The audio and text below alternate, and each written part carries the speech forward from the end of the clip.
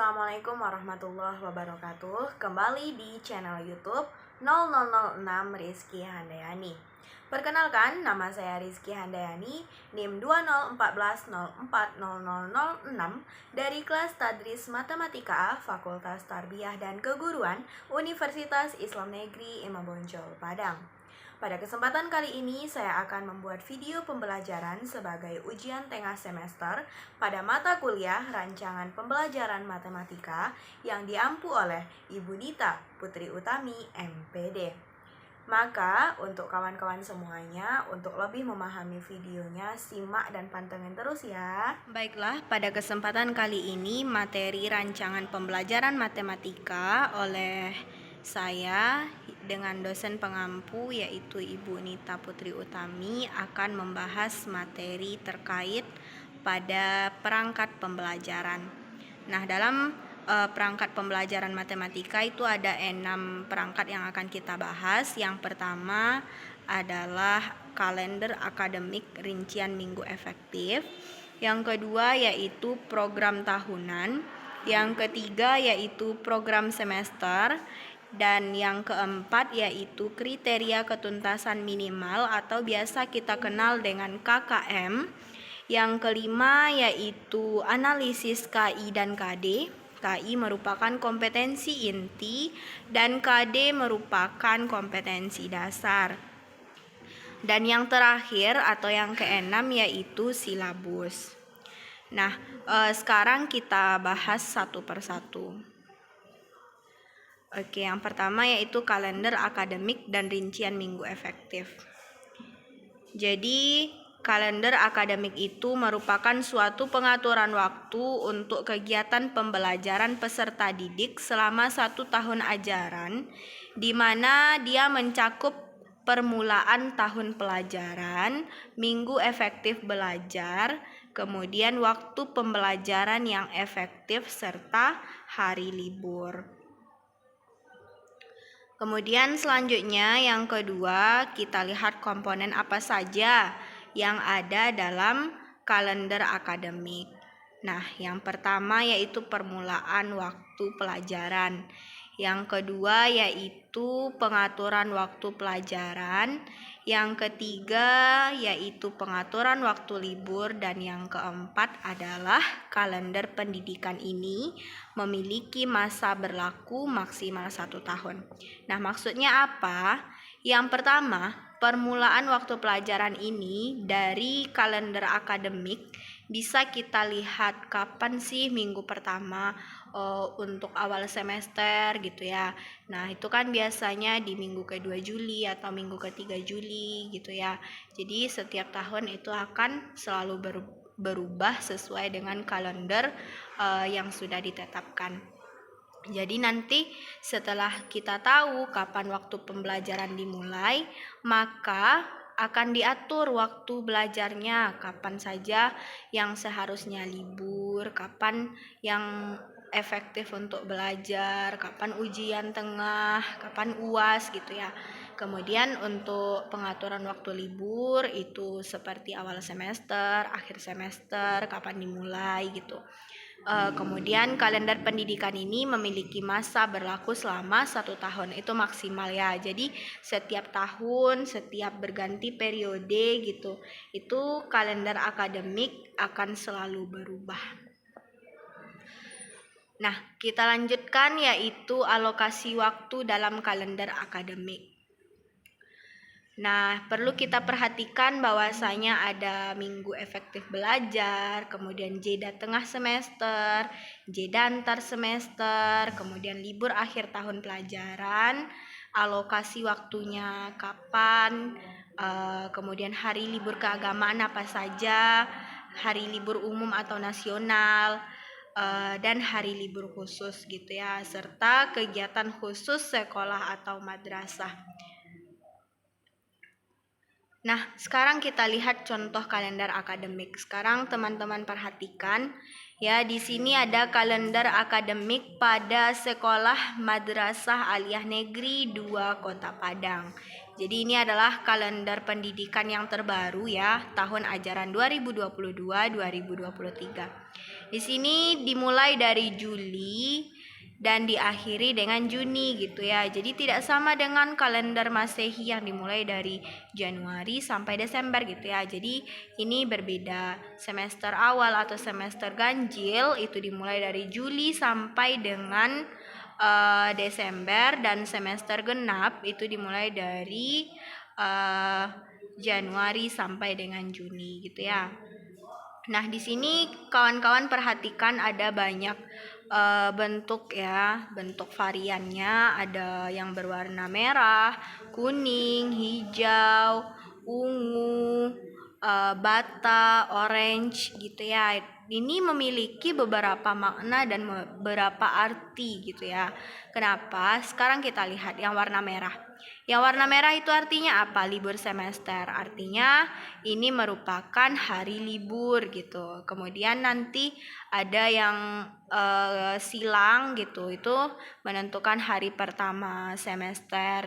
Nah, jadi kan sudah dialokasikan waktu permulaan pembelajarannya, hari liburnya gitu. Jadi memang dijelaskan dalam kalender akademik. Jadi kita dengan membaca kalender akademik akan tahu, oh ini minggu efektif, ini minggu yang tidak efektif gitu. Jadi berbicara tentang minggu efektif itu merupakan poin penting juga yang perlu kita bahas. Minggu efektif itu merupakan minggu yang benar-benar untuk belajar, tidak disertai dengan libur-libur yang lain gitu. Oke, disinilah dia rincian minggu efektif. Minggu efektif ini merupakan perhitungan hari dan minggu efektif sebagai pengatur ya, pengatur dalam kegiatan pembelajaran di sekolah selama 1 tahun pembelajaran. Jadi dengan 1 tahun itu kan ada 2 semester, berarti ada 2 pengalokasian rincian minggu efektifnya. Bagaimana pengalokasiannya?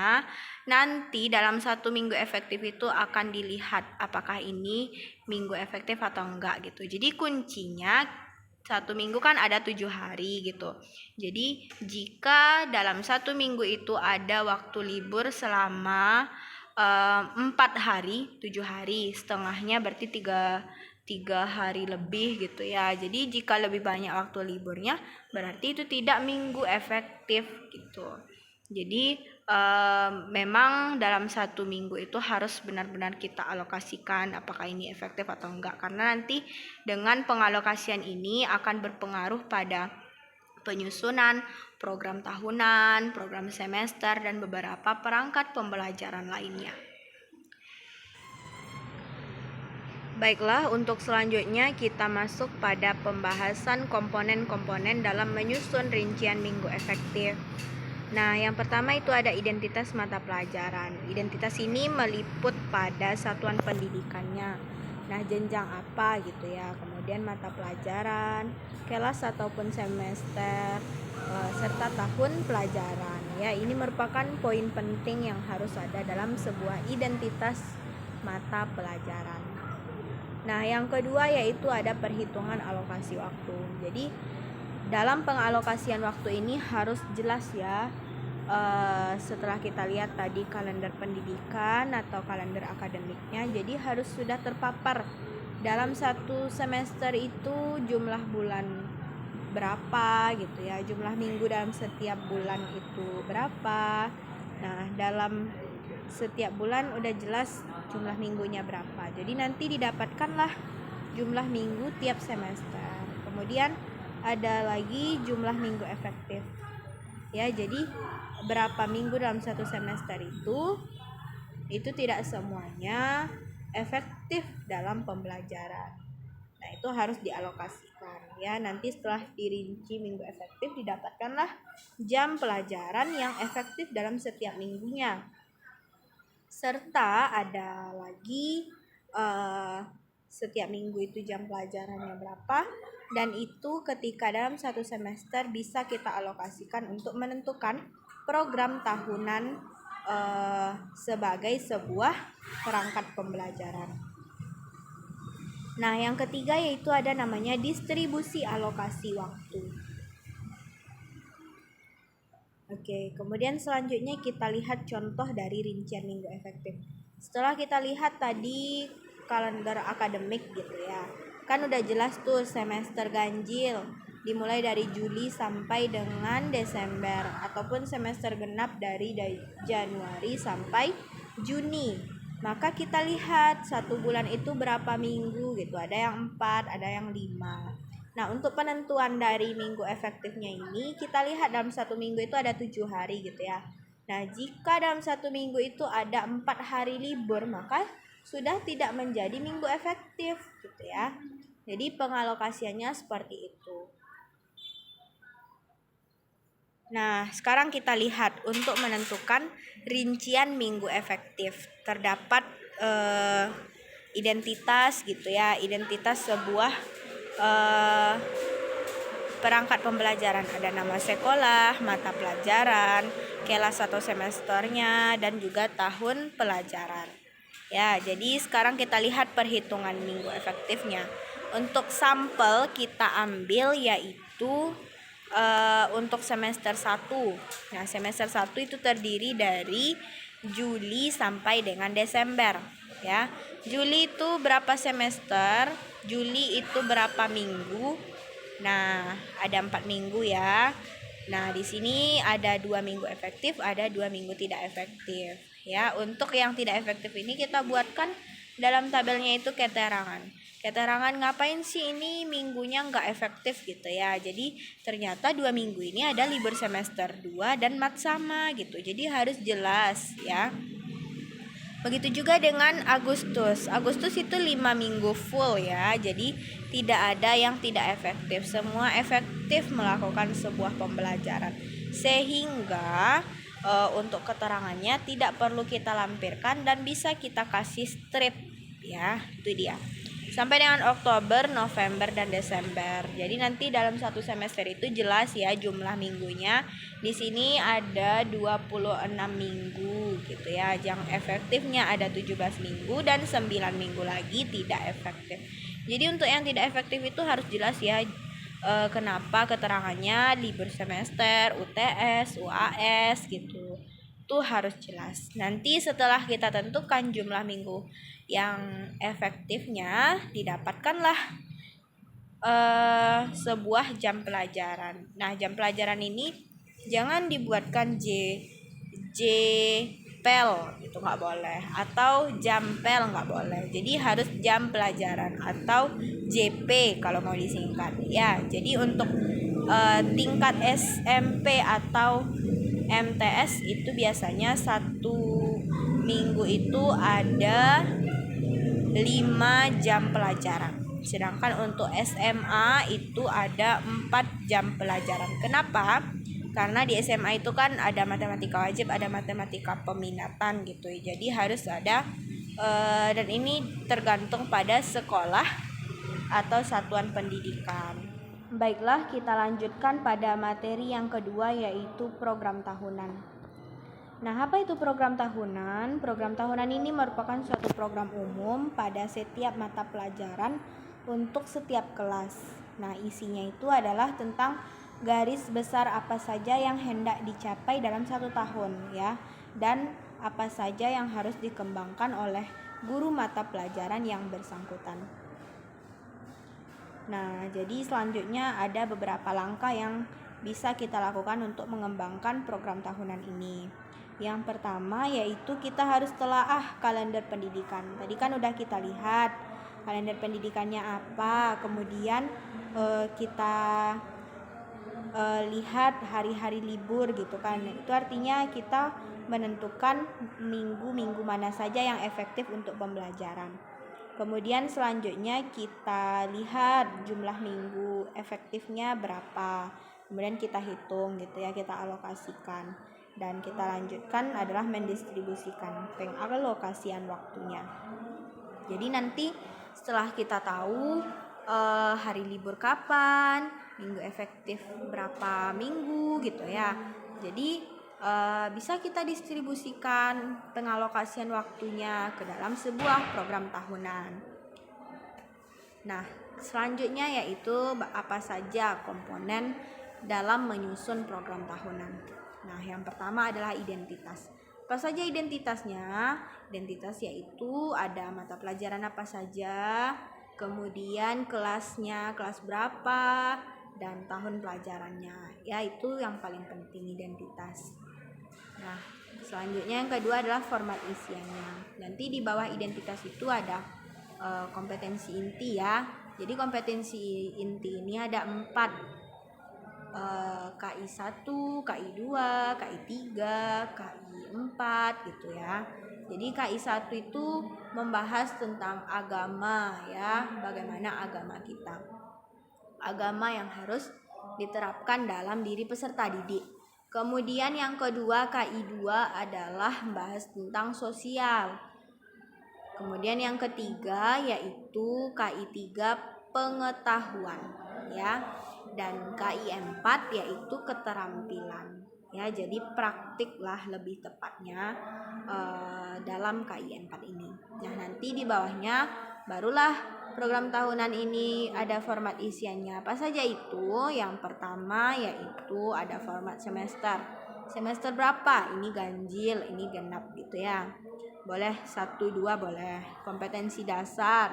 Biasanya kompetensi dasar yang dikembangkan itu didasarkan pada kompetensi inti ya, kompetensi inti 3 dan kompetensi inti 4. Nanti barulah dipecah menjadi beberapa KD.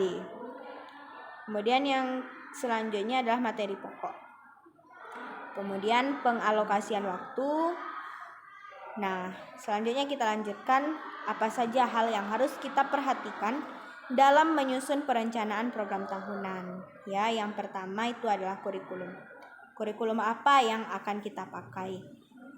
Kemarin kan ada kurikulum KTSP, kurikulum 2013, kurikulum Merdeka yang terbaru yang sekarang ya. Jadi itu harus jelas. Nah, kemudian kondisi sekolah ya.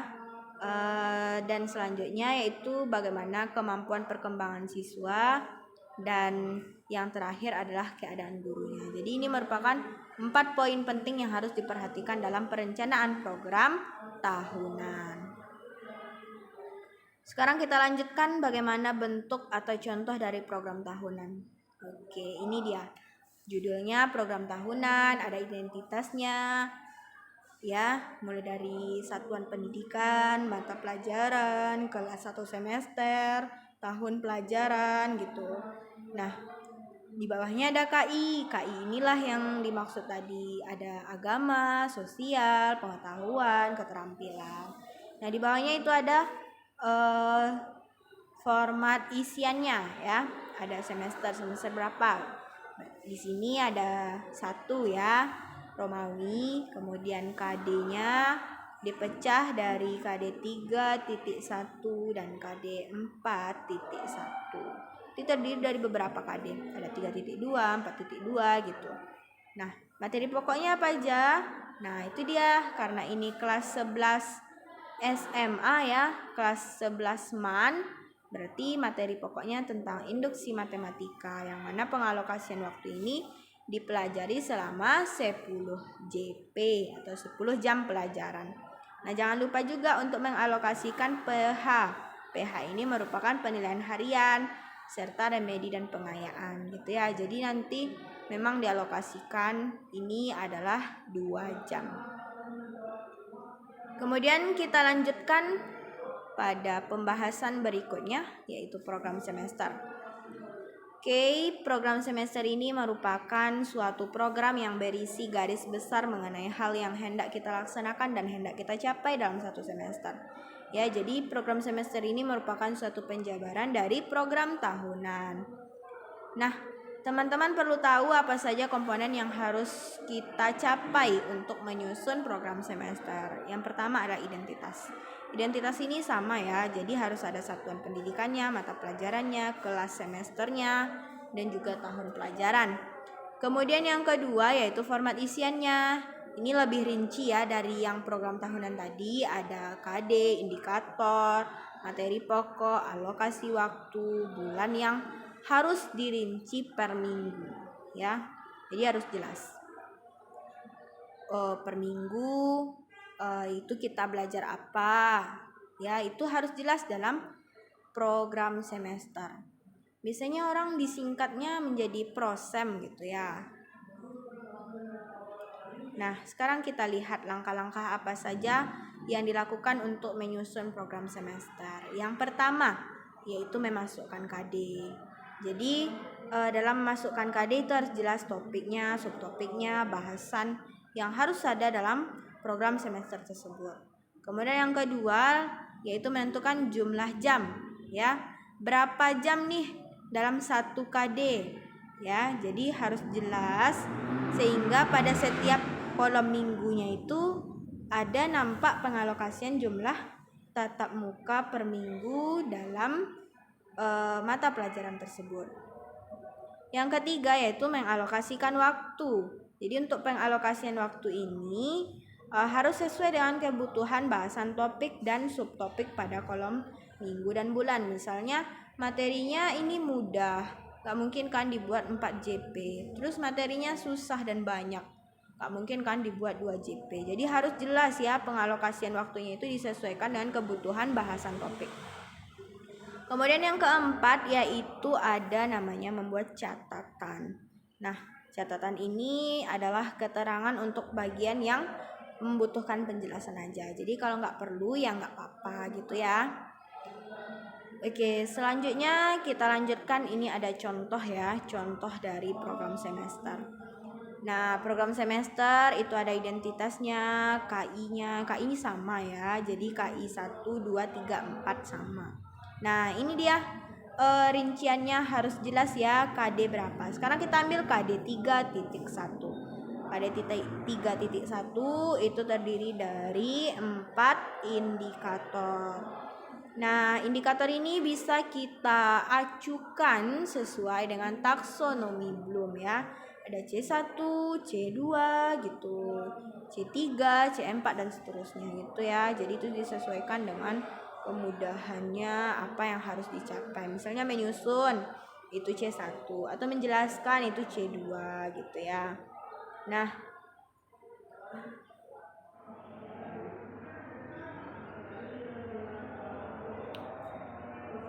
oke, jadi dalam pengalokasian waktu ini itu untuk 3.1.1 indikator yang pertama itu selama 2 JP. Ya, 2 JP. Kemudian itu pembelajarannya membahas tentang 3.1 dan 3.1.2 ya. Ada 2 indikator selama 2 JP tersebut. Nah, selanjutnya dalam 2 JP berikutnya membahas tentang 3.1.3 dan 3.1.4. Ya, jadi dalam satu minggu itu kan ada 4 JP. Nah, bahas tentang KD 3.1. Sedangkan satu minggu itu ada 2 kali pertemuan ya. 2 kali pertemuan itu per masing-masing 2 JP-nya membahas tentang indikator 3.1.1 dan indikator 3.1.2 serta 2 JP berikutnya 3.1.3 dan 3.1.4. Begitu juga seterusnya ya.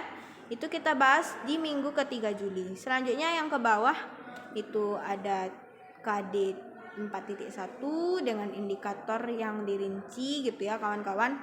Ini tidak saya tampilkan, ini hanya kita ambil sebagai sampel. Itu dibahas di minggu keempat dan seterusnya. Nanti udah sampai nih di kolom hijau. Hijau itu petanda apa? Misalnya itu adalah minggu UTS gitu. Jadi memang dalam tepat pada minggu ketiga September itu udah kita kasih label nih itu warna hijau. Oh, nggak ada belajar. Ini adalah minggu UTS. Jadi memang yang perlu kita kasih warna sampai ke bawah, dari atas sampai ke bawah, itu adalah hari-hari yang tidak efektif. Misalnya hari libur, hari UTS, hari UAS gitu ya. Kemudian yang arsirannya atau pemberian warnanya per minggu itu adalah jam-jam efektif. Minggu ini kita belajar sampai sini, minggu kedua ini, minggu selanjutnya ini gitu. Itu harus dijelaskan dalam program semester. Oke, kita lanjutkan tentang kriteria ketuntasan minimal. Nah, singkatannya KKM Yaitu merupakan hal yang sudah biasa bagi sebuah lembaga pendidikan. Karena jika tidak ada kriteria minimalnya ya, kita nggak tahu apakah ini udah tuntas atau belum. Jadi kriteria ketuntasan minimal ini adalah sebuah prinsip ya. Prinsip dalam penilaian dengan menggunakan kriteria tertentu untuk menentukan kelulusan dari peserta didik. Oke, kita lanjutkan apa saja komponen yang perlu diperhatikan untuk menetapkan KKM ini. Yang pertama adalah kompleksitas. Ya, kompleksitas. Yang kedua yaitu sumber daya dukung. Dan yang ketiga adalah tingkat kemampuan rata-rata siswa atau intek. Jadi istilahnya ya kawan-kawan, kompleksitas ini kita berpatokan pada materi yang akan kita bahas, indikator yang akan kita berikan kepada peserta didik ya. Sekarang kita lihat bagaimana komponennya itu penilaiannya, aspek yang dianalisisnya, serta kriteria skalanya. Jadi jika semakin mudah suatu indikator, maka kompleksitasnya itu akan semakin tinggi. Ya, ingat, semakin tinggi. Nah, berbanding terbalik dengan intek. Intek ini kan kemampuan rata-rata. Misalnya dia udah belajar di masa SMP atau di kelas sebelumnya gitu. Jadi semakin mudah pembelajarannya tentu semakin sering dia ulang dan kemungkinan untuk inteknya itu adalah semakin tinggi ya.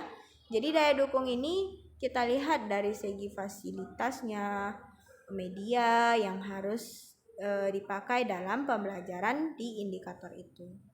Ya, jadi kalau intek itu bisa kita lihat acuannya kepada kemampuan rata-rata yang sudah dimiliki oleh siswa.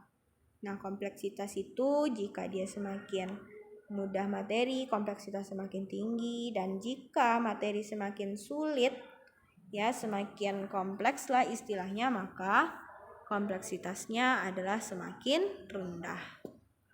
Nah, rendahnya ini bukan nilainya ya. Kalau nilainya, kalau kompleksitas semakin tinggi itu harus lebih kecil dari 65. Ya, 50 sampai 65. Kalau semakin rendah itu nilainya semakin besar, 80 sampai 100 gitu ya. Nah, sekarang kita lihat faktor yang perlu diperhatikan untuk menetapkan sebuah KKM. Ya, jadi yang pertama yaitu guru atau kelompok guru itu harus menetapkan KKM sesuai dengan pertimbangan 3 aspek. Yang pertama kompleksitas tadi, daya dukungnya, inteknya. Jadi nanti hasil penetapannya inilah akan berlanjut kepada KD hingga KKM yang ada pada sebuah mata pelajaran. Ya, jadi nanti ada rata-ratanya ini KD-nya berapa sampai nanti bisa menentukan penilaian. Kemudian selanjutnya yang kedua yaitu hasil penetapan KKM ini harus disahkan oleh kepala sekolah. Karena apa? Ini dijadikan sebagai patokan oleh guru untuk melakukan sebuah penilaian. Nah, yang ketiga yaitu KKM itu harus disosialisasikan ya. Setelah ditetapkan disosialisasikan. Kepada siapa? Kepada pihak yang berkepentingan. Contohnya seperti peserta didik, orang tua, dan dinas pendidikan. Jangan nanti peserta didik nggak tahu, oh KKM yang harus saya capai berapa sih agar saya tuntas gitu. Begitu juga dengan orang tua agar tidak terjadi nanti salah paham ya. Nah, selanjutnya yaitu KKM itu harus dicantumkan dalam sebuah LHB di saat hasil penilaian ini dilaporkan kepada orang tua atau wali dari peserta didik. Ya, jadi ini harus kita perhatikan ya. Ada 4 poin penting. Nah, ini dia contoh dari sebuah KKM, kriteria ketuntasan minimal. Oke, sekarang kita lihat. Ada identitas sekolah ya. Kemudian KI ada 4. Nah, sekarang kita kaji aja KD, itu KD 3.1. Nah, tadi terdiri dari 4 indikator ya, mulai dari yang mudah untuk menyusun sebuah formula dari sebuah barisan. Kemudian kita jelaskan ya, menjelaskan prinsip induksi matematika. Kemudian menunjukkan sebuah contoh formula dari suatu barisan. Ya, kemudian mengidentifikasi masalah induktif dan deduktif. Jadi ini ada beberapa varian ya.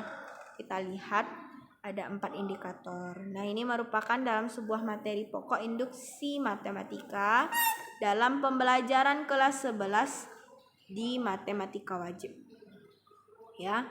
Nah, karena indikator yang pertama yaitu 3.1.1 itu kategorinya tidak terlalu sulit gitu ya.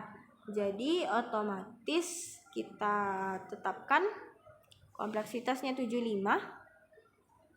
Ya, kemudian daya dukungnya itu 70, inteknya 65. Nanti didapatkanlah sebuah penilaian dari ketiga jenis penilaian ini, yaitu KKM indikator. Bagaimana cara menentukan KKM indikator? Yaitu nilai kompleksitas ditambah nilai daya dukung ditambah nilai intek lalu dibagi 3, didapatkan hasil KKM indikatornya 70. Begitu juga dengan yang kedua 3.1.2 ini, dapatkan kompleksitas, daya dukung dan inteknya serta dapatkan KKM indikatornya sampai kepada penentuan indikator 3.1.4 ya. Jadi nanti sudah ada 4 KKM indikator. Dari 4 KKM indikator ini bisa kita ambil sebuah KKM KD ya. Tadi kan kita udah bahas KD itu KD 3.1. Berarti KKM-nya berapa? Kita jumlahkan semua nilai KKM indikator dibagi dengan banyak KKM indikatornya. Ini ada 4. Berarti untuk menentukan KKM KD 70 tambah 70 tambah 70 tambah 70 itu 280 dibagi 4, 70. Berarti dapat KKM KD-nya 70. Ya. Jadi begitu. Nah, untuk rentang penilaian ini sudah ditetapkan ya berdasarkan pada Permendikbud 81A pada tahun 2013 ya. Sudah dipaparkan kan tadi kompleksitas itu apa. Jadi dia untuk mengidentifikasi sebuah indikator sebagai penanda apakah kompetensi dasar itu tercapai atau tidak. Ya, kalau daya dukung itu merupakan suatu penilaian untuk mengidentifikasi sumber belajar, fasilitas gitu ya. Kemudian intek itu untuk mengidentifikasi kemampuan rata-rata yang dimiliki oleh siswa. Ya, jadi nanti setelah didapatkan ketiga hal ini didapatkanlah nilai KKM. Nilai KKM itu kan rata-ratanya ya, nilai KKM dari sebuah indikator. Nah, nanti setelah didapatkan baru dicari KKM KD dari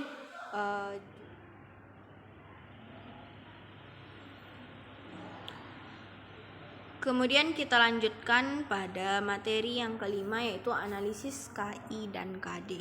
KI tadi apa?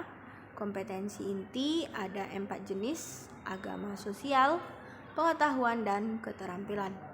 KD kompetensi dasar. Nah, jadi analisis KI-KD ini merupakan suatu kegiatan ya untuk menguraikan keterkaitan antara KI-KD atas berbagai bagiannya, serta nanti kita telaah bagian-bagian itu sendiri, dan hubungan antar bagian itu adalah untuk memperoleh berbagai informasi pedagogis yang berguna untuk membuat perencanaan pembelajaran yang benar. Nah, itu dia. Kemudian selanjutnya komponen-komponen dalam analisis KI dan KD. Apa saja itu? Berarti suatu hal yang harus ada dalam analisis KI dan KD ini. Yang pertama adalah identitas. Jadi untuk semua perangkat pembelajaran nggak boleh ya kita lupakan identitas dari mata pelajaran. Kemudian yang kedua kompetensi inti. Kompetensi inti merupakan yang 4 yang sudah ditetapkan, KI1, KI2, KI3, dan KI4. Kemudian yang ketiga yaitu kompetensi dasar, yaitu penjabaran dari kompetensi inti. Nah, yang keempat adalah indikator. Indikator ini merupakan sebuah yang harus kita capai yang merupakan penjabaran dari KD. Nah, yang kelima adalah materi pokok pembelajaran. Ya, apakah induksi matematika, persamaan linear gitu ya. Jadi yang keenam adalah alokasi waktu. Jadi alokasi waktu ini sangatlah penting. Nah, ini berapa jam, kapan kita belajarnya ini gitu. Itu memang sangatlah perlu. Nah, yang terakhir adalah sumber belajar. Jadi sumber belajar ini adalah sebuah buku atau acuan dari peserta didik atau yang digunakan guru dalam proses pembelajaran. Nah, untuk yang sekarang kita ambil opsi minimal itu harus ada 5 buku atau 5 sumber belajar.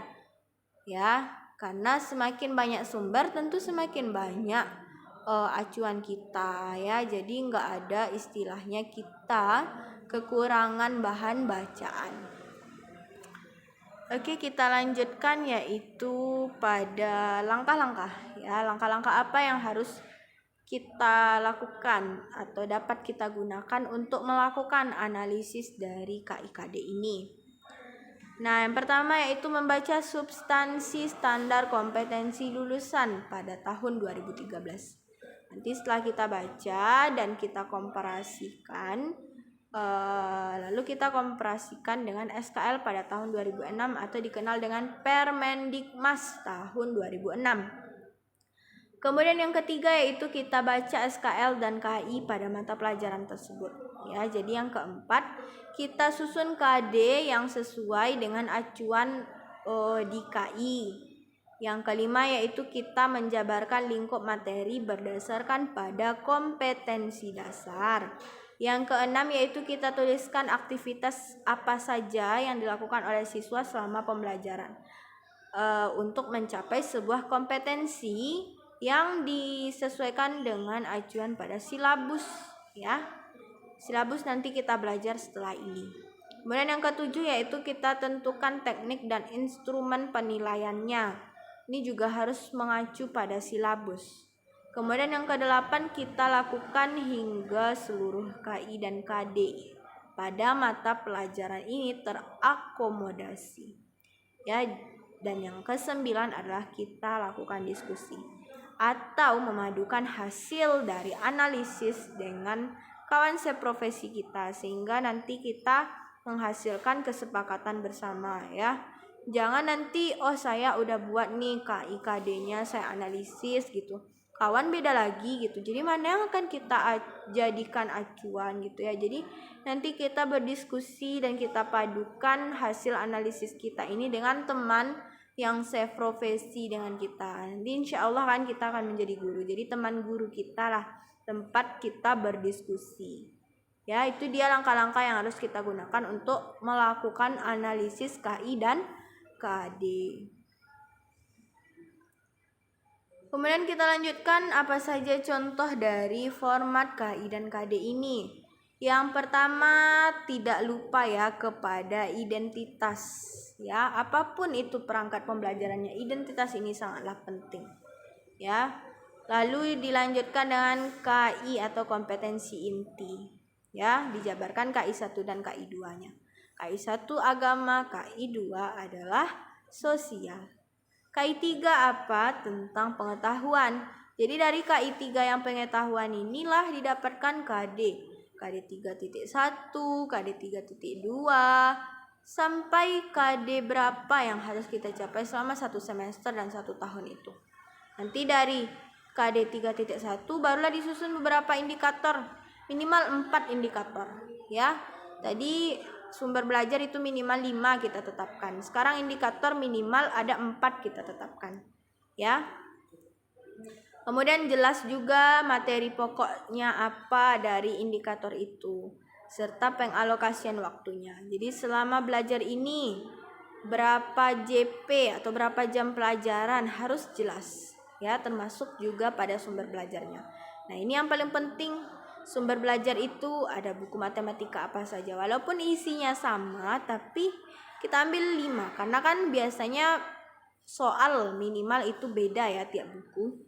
Jadi kita minimal punya 5 buku untuk bisa memperkaya ilmu yang akan kita ajarkan kepada peserta didik.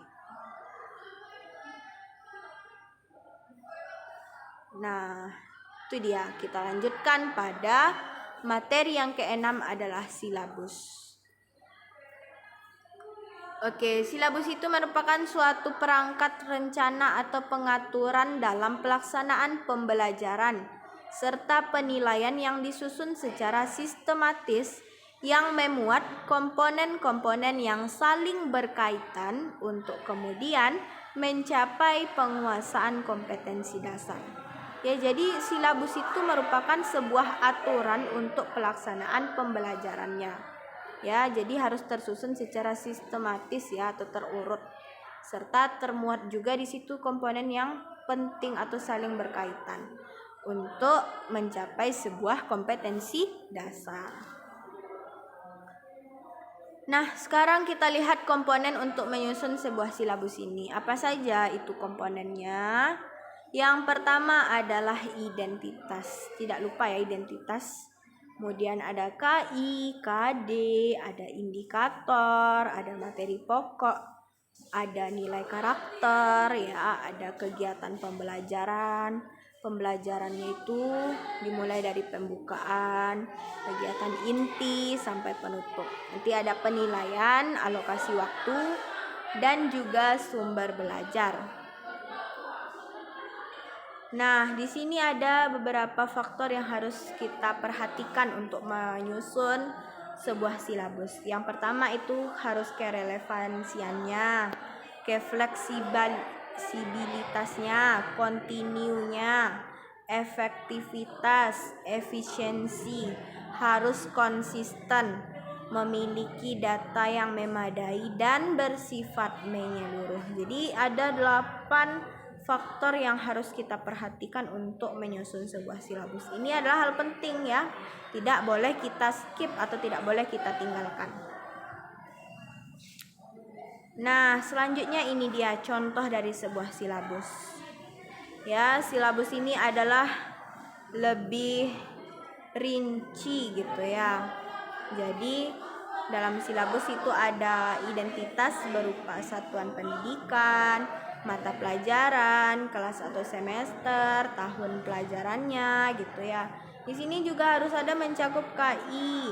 KI ini agama, sosial, pengetahuan, keterampilan harus rinci. Kemudian ada KD, ada indikator, ada materi pokok, ada kegiatan pembelajaran, ada penilaian, ada nilai karakter, ada alokasi waktu dan sumber belajar. Ya, jadi kompetensi dasar udah biasa ya, indikator juga udah, materi pokok apa saja. Nah, di sini ditambahkan kegiatan pembelajarannya ya. Seperti untuk pendahuluan itu kita mulai dengan berdoa bersama, membaca Asmaul Husna gitu ya. Kemudian ada juga guru yang memulai dengan pembacaan ayat suci Al-Qur'an atau pembacaan ayat kursi gitu ya. Nah, setelah pendahuluan ini barulah kegiatan inti. Apa itu kegiatan intinya?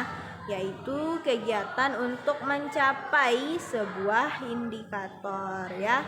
Misalnya indikatornya menyusun formula untuk suatu pola barisan bilangan. Artinya nanti peserta didik itu harus mampu membaca pola barisan bilangan gitu ya. Jadi itu dia yang harus dicapai selama jam pelajaran tersebut harus ada dalam kegiatan inti. Selesai nanti kegiatan inti baru pada sampai kegiatan penutup. Nah, apa saja yang dilakukan? Mulai dari memberikan sebuah kuis boleh, memberikan resum boleh, ya, sampai nanti sebuah kegiatan penutup. Nah, nanti dalam kegiatan pembelajaran ini itulah yang perlu kita lakukan penilaian. Apa saja itu penilaiannya? Boleh lisan, boleh tulisan, boleh juga dalam bentuk penugasan atau kuis, ya. Nah, nanti untuk penilaian ini ada beberapa hal atau nilai karakter. Ya, karena dalam pembelajaran itu tidak semua harus tentang nilai tertulis yang ada di kertas. oh ini nilai UH-nya, nilai pH-nya, nilai UTS-nya, nilai UAS-nya berapa gitu. Nggak harus semua tentang itu. Jadi harus ada nilai karakter juga, apakah religius, mandiri, ya gotong royong, kejujurannya, kerja keras, percaya. Ya, percaya diri tuh juga sebuah nilai karakter. Ya, kerjasama penting juga. Nah, bagaimana nih untuk sebuah PH? Orang yang mencontek itu kerjasama gitu. Apakah itu sebuah nilai karakter? Ya tergantung. Ya, apakah nanti sebuah kerja kelompok itu perlu kerjasama ya? Jadi itu harus kita nilai dalam sebuah nilai karakter.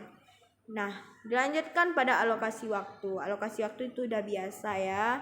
Apakah 4 JP, 2 JP ya. Kemudian sumber belajar. Ini ada tertulis 3 sumber.